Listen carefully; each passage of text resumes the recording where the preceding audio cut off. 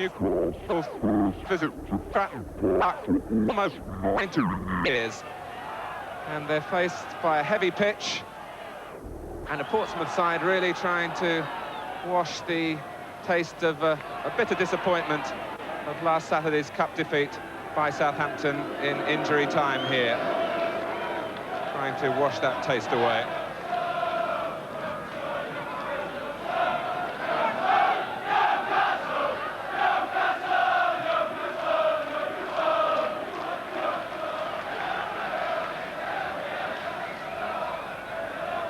John McLaughlin with the throw.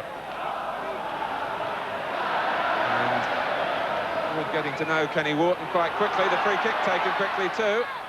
Webb's cross, and it didn't quite reach Haitley. Unfortunate for Newcastle that Jeff Clark was there, right under his own bar.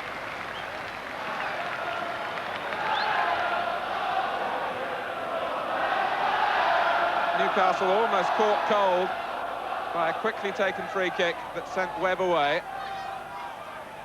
Tate not quite making contact with a back flick. And Waddle breaking forward, and Newcastle have 3 against 1 here. The one is Sullivan. The chance for Keegan.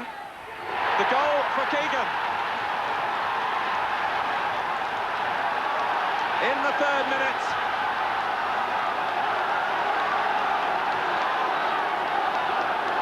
Well, he's been saying all week that there's nothing special about him coming to play at Fratton Park, with all the speculation that maybe he would join Portsmouth next season. But he's beaten Alan Knight so early in the game,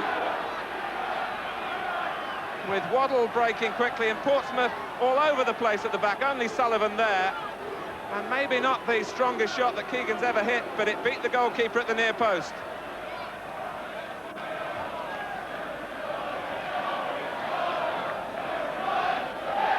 Portsmouth 0, Newcastle United 1. And for Kevin Keegan, that's number 17 this season. Hazelwood. The chasing from Beardsley. Both these sides really have had their defensive problems this season, but Portsmouth will wonder what on earth went wrong then. And Alan Knight, too, will surely not be happy about the way Keegan's shot got past him. Twice played in an FA Cup final for Manchester United, David McCreary.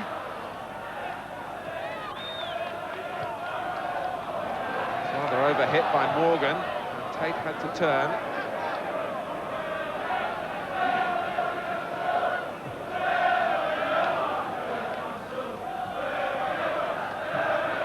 Booted forward by Anderson, collected by Doyle. Who got the better of McCreary on that occasion. Now Morgan. Webb going in at the near post, and Clark had to hook it away. Newcastle's first really anxious moment.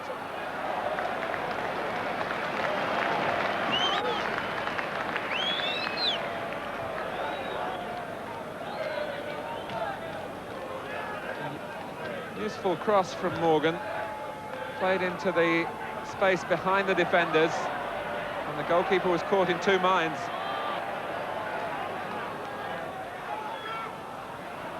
Doyle.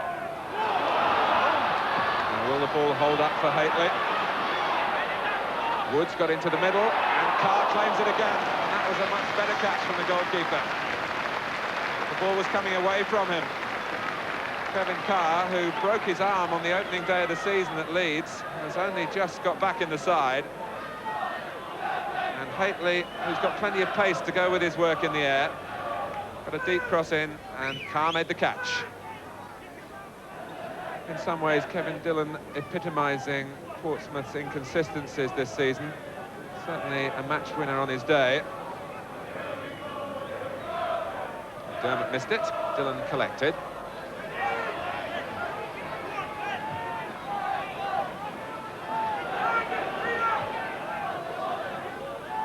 Good touch again from Wood. And Morgan, this is Webb. And Haitley! And Wood! It was Dillon who couldn't slide it in, but it was Wood who really had the chance. after Hateley had met the cross first time, came off the goalkeeper, and Wood actually put it wide as Dillon slid in. Paul Wood so close to his first league goal. Plenty to admire in his contribution in the build-up to in that attack.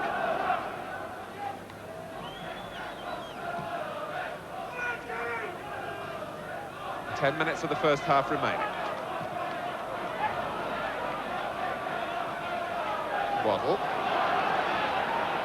And Doyle got the ball, showing that you can tackle from behind without infringing the laws.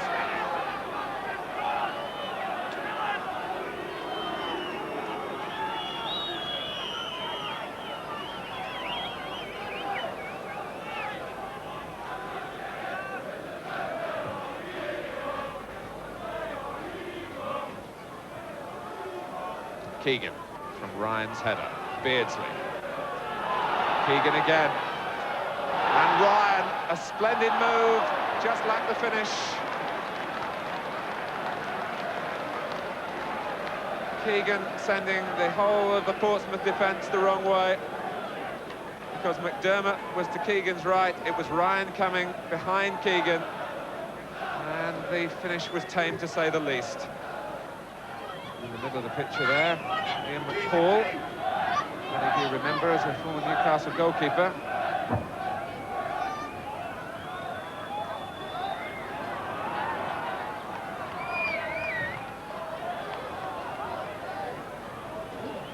Portsmouth have certainly stuck to their task once they recovered from that blow of conceding the early goal.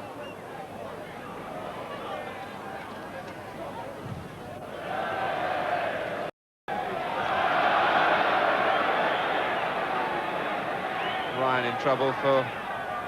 Keegan rather in trouble for kicking the ball unnecessarily away.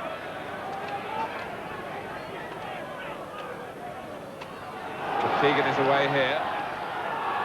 And Beardsley... Will he walk it in? He does! Peter Beardsley in stoppage time at the end of the first half.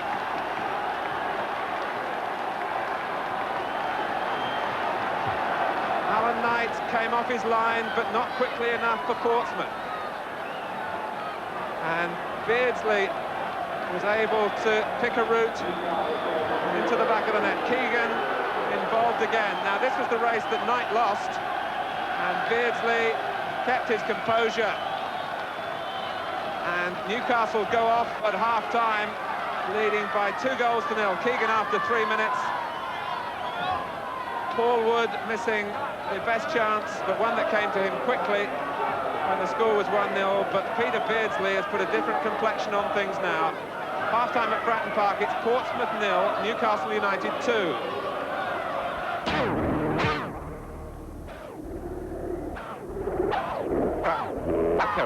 Happy ground again for Peter Beardsley. He was telling me before the game that he scored what he regards the best goal of his career here in his days as a Carlisle player.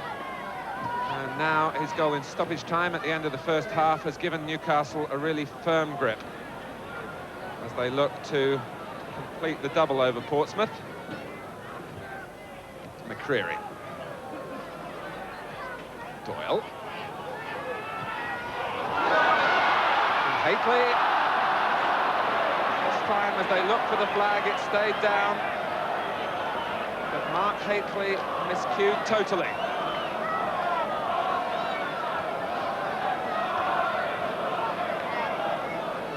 Really coming at the start of the second half, how a goal could lift Portsmouth. Hateley couldn't oblige. And the wind playing a trick or two in the second half. Portsmouth have it at their backs. Ward. Slipping Wood. And Keegan rather wanted it played to feet. McLaughlin. Beardsley closing him down, winning the reward in terms of the interception. And then quickly on Sullivan looking around to see what was on at the throw, and there wasn't a great deal initially. And a goal!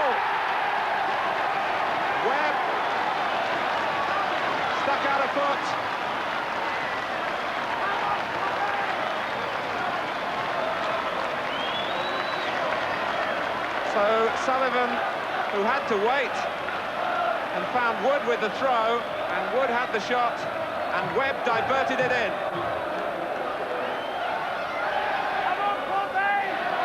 And new life is breathed into Portsmouth. Portsmouth 1, Newcastle 2, and the goal coming in the 7th minute of the second half.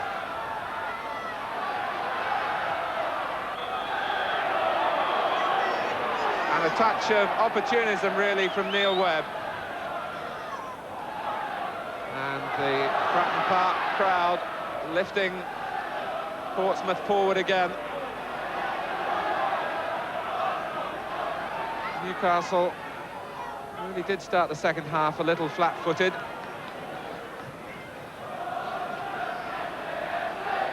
Beardsley.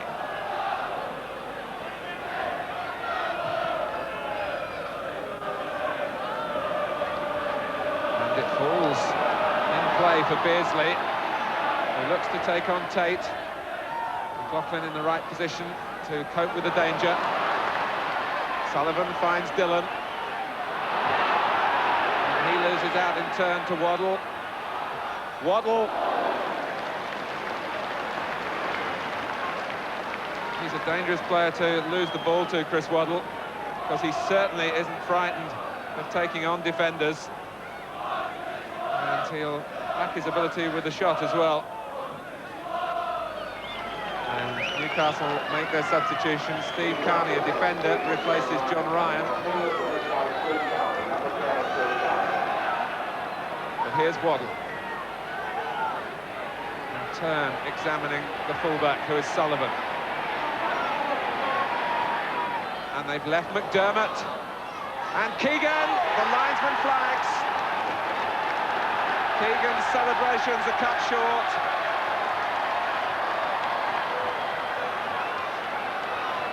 Offside given. The Portsmouth marking was lax here, and McDermott looped it on. Keegan offside, no goal.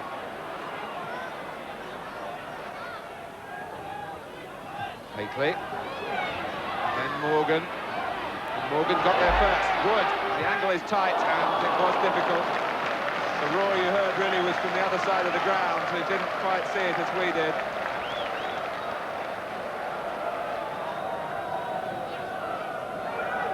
The Portsmouth manager, Bobby Campbell, has a saying about players who shoot is that they're buying a ticket in the raffle, and if you don't buy a ticket, you don't stand a chance of winning. So he'll be pleased with Wood trying his luck.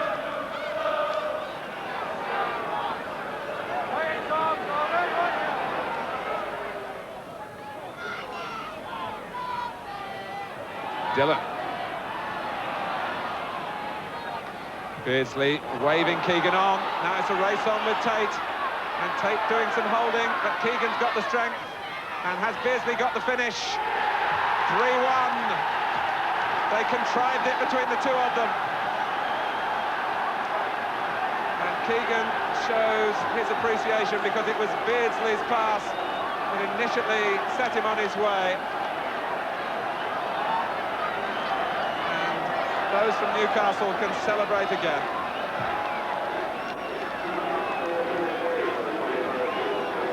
Keegan had the strength to win this tussle with Mick Tate, and then he had the presence of mind to slide the pass for Beardsley, who clipped in his second.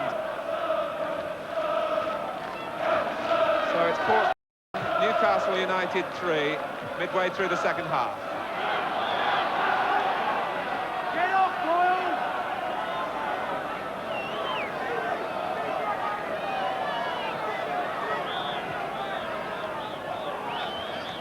Sullivan. Now Beardsley. Was it over the line? The linesman said no.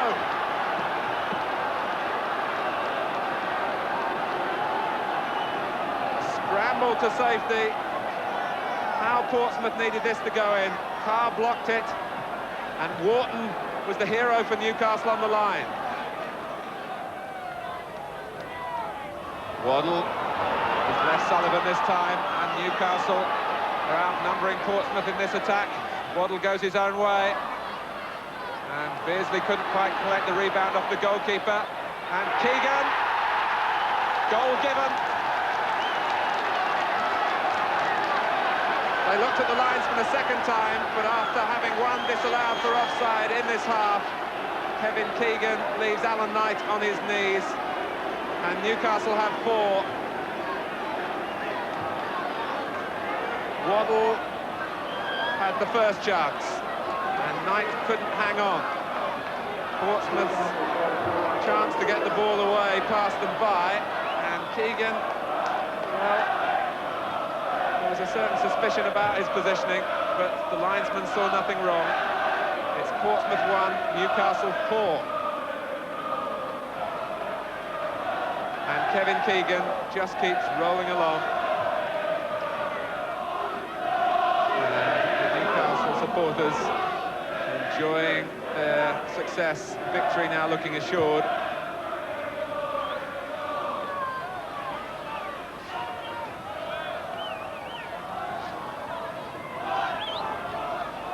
Webb. And it hit the post. Caught on the wind. Came out off the post. Now Haitley. And this time it's gone behind.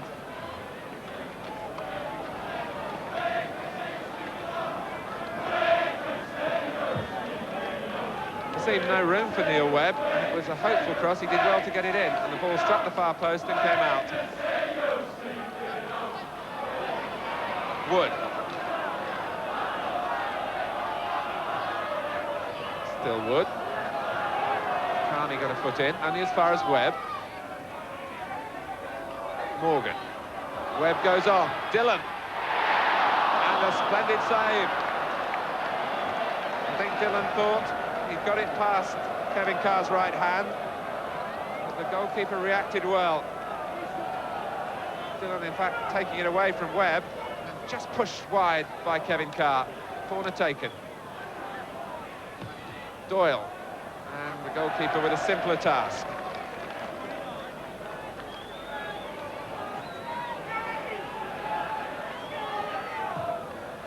Alan Knight, I'm sure, will fault himself for perhaps the first 2 goals, but I must say he hasn't had the best of protection in front of him.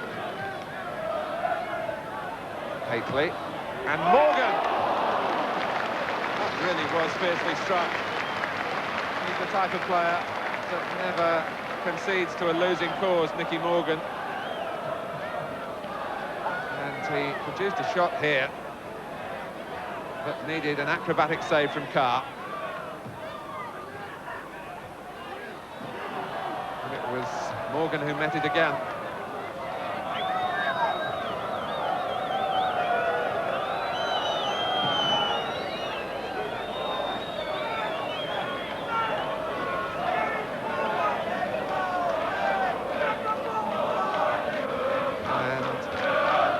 Supporters have given this one up.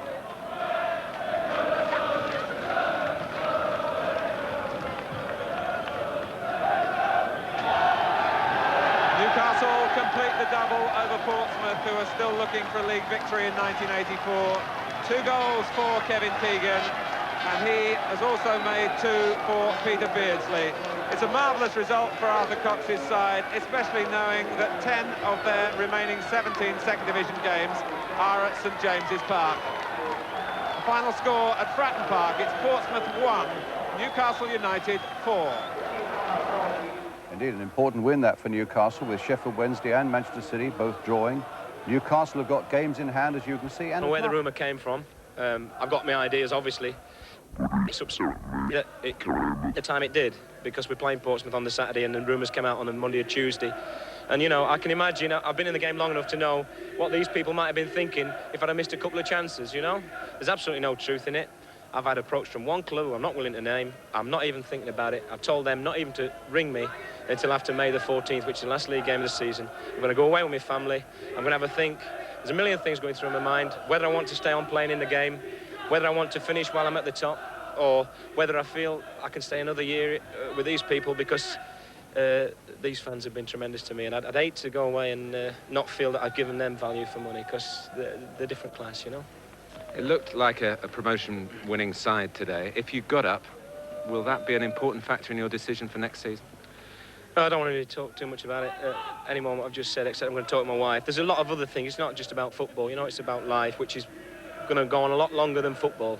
And I've seen a few old players in my time play on just that 1 year, maybe 1.5 years too long.